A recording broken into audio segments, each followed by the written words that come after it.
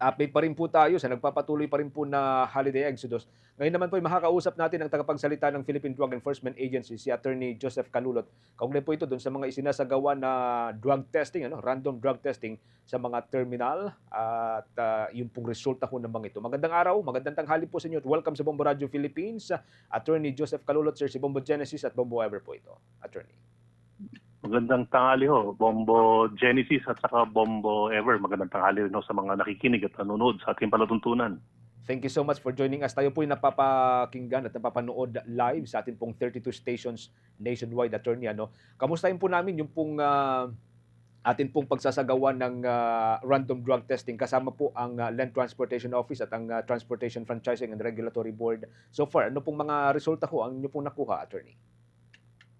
Sa ngayon ho, Bombo, ongoing pa rin ho ang ginagawa nating Oplan Harabas na kung saan partner natin din nga dyan ho, yung nabanggit nyo, ang LTO at saka LTFRB. And as of today, although hindi pa ho ito yung final count po natin, nasa mga 5,084 na individuals na ho, ang tinest ho natin nationwide na mga driver sa konduktor. And doon sa 5,084, may mga 50 na rin ho nagpositibo sa paggamit ng illegal na droga.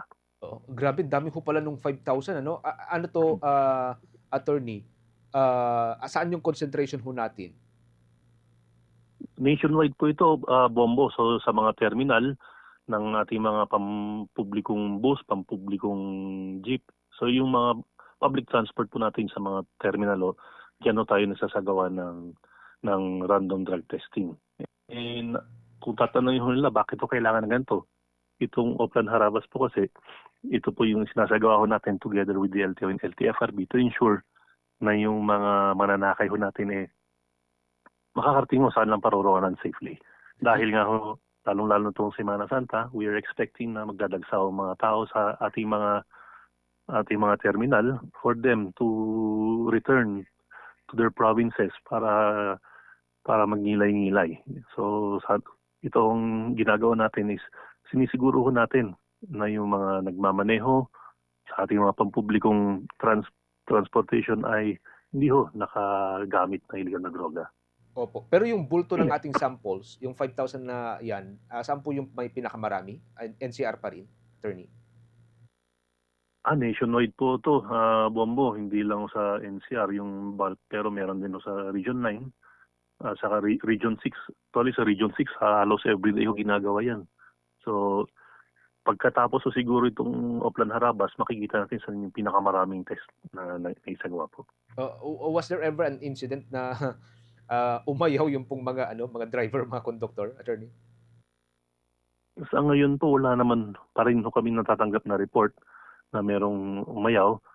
Pero pagka na-consolidate na ho natin lahat ng mga reports coming from our regional offices, dito natin malalaman kung meron ho bang tumanggi na magpa-drug test. Kung sakali man ho kasi may tumanggi, dito natin malalaman kung meron bang drug-free workplace policy yung kumpanya nila. Halimbawa, ito ay isang bus company and if the driver refused to undergo drug testing, titignan ho natin kung kasama ho ba sa drug-free workplace policy nila na dapat hindi ho maaaring tumanggi ang isang driver o isang empleyado nila when it comes to random drug testing. Dahil kung sakali man na mayroong drug-free workplace policy ho sila at tumanggi ho yung driver or empleyado at nakalagay ho doon sa kanilang polisiya ay dapat ho sila mag-undergo ng drug testing, sila na ho mananagot sa kanilang kumpanya.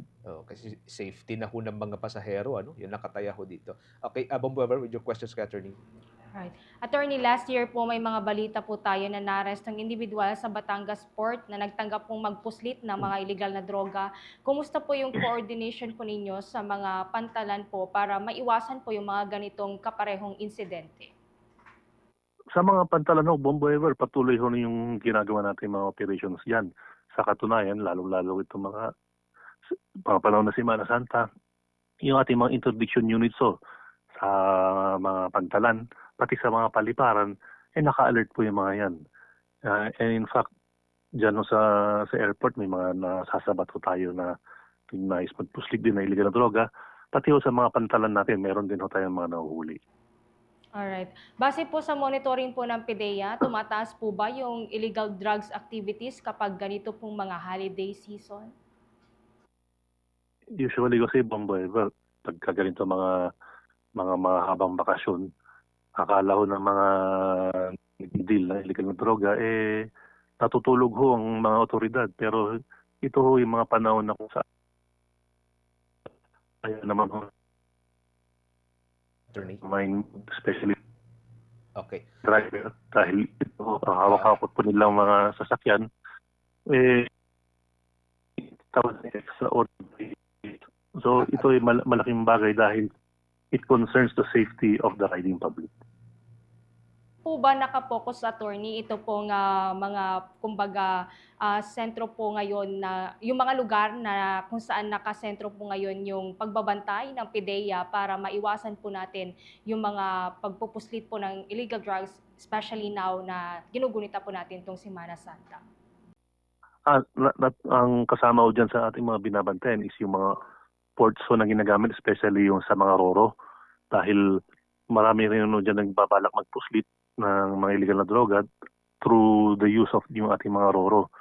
So dyan ho, ongoing yung ating mga sweeping ng ating narcotics detection dogs, yung ating K9 units. Nandyan ho sila nagsisweep ng mga sasakyan na dumadaan ho dyan sa ating roro. And aside from that, yung mga terminal din ho ng mga bus at saka mga jeep, ito yung mga ating mga binabantayan natin ngayon dahil baka meron din hong babalak magpuslit ng illegal na droga. Idagdag na rin ho natin, hindi lang ho sa mga terminal tayo nakatutok ngayon, kundi pati rin ho sa mga lugar kung saan nagdadagsahan ng mga tao. Kaya nangyari din ho sa surfing capital of the North na kung saan merong naaresto tayo lately na 5 individual na nagbenta ho ng illegal na droga doon sa area na yun. Alright, Bombo Genesis. Attorney, follow-up ko lang dyan, nababanggit niyo yung surfing capital of the North. Diyan din sa May Norte, madalas yung ating mga nare-recover ng mga bulto ng illegal drugs, yung mga floating ba, na basta na lamang napapadpad doon sa mga dalampasigan. Posible bang samantalahin itong dagsa ng maraming tao ngayon para, magpalutang ulit ng mga bulto ng illegal drugs? Attorney? Sa ngayon naman ho, Bombo Genesis, wala naman ho tayong reports ngayon na lumulutang doon sa parting norte. Ang mga nare-recover natin ho ngayon na mga lumulutang na illegal na droga, dito naman ho sa bandang Palawan. So, dyan na sa area na yan, may mga nare-recover ho tayo ng mga illegal na droga. And ito ay patuloy natin kino-coordinate with the Philippine Coast Guard and sa ating marina para mabantayan din ho ang ating karagatan. Okay. Attorney, thank you so much for joining us sa Bombo Radio Philippines, sa Bombo Network News. Again, hanggang sa mga susunod na kayo po kami makausap, ingat-ingat po kayo, Attorney. Maraming salamat din ho, Bombo Genesis, Bombo Ever. Maraming salamat sa suporta ang binibigay ninyo sa PIDEA at sa bagong administrasyon tungo sa bagong Pilipinas. Magandang tanghali, mabuhay po kayo. Magandang tanghali, mabuhay po kayo, Attorney. Ang tagapagsalita ng Philippine Drug Enforcement Agency, si Attorney Joseph Calulot, mga kabombo, kaugnay po una doon sa Oplan Harabas at pangalawa yung pong inspection sa mga pantalan kung saan tinatangkang pinupuslit itong mga illegal na droga. For the most trusted source of news and information, visit our website at www.bomboradio.com. Follow us on Bombo Radio mobile app, Facebook, YouTube, TikTok, and X, formerly Twitter. Like, share, and stay connected.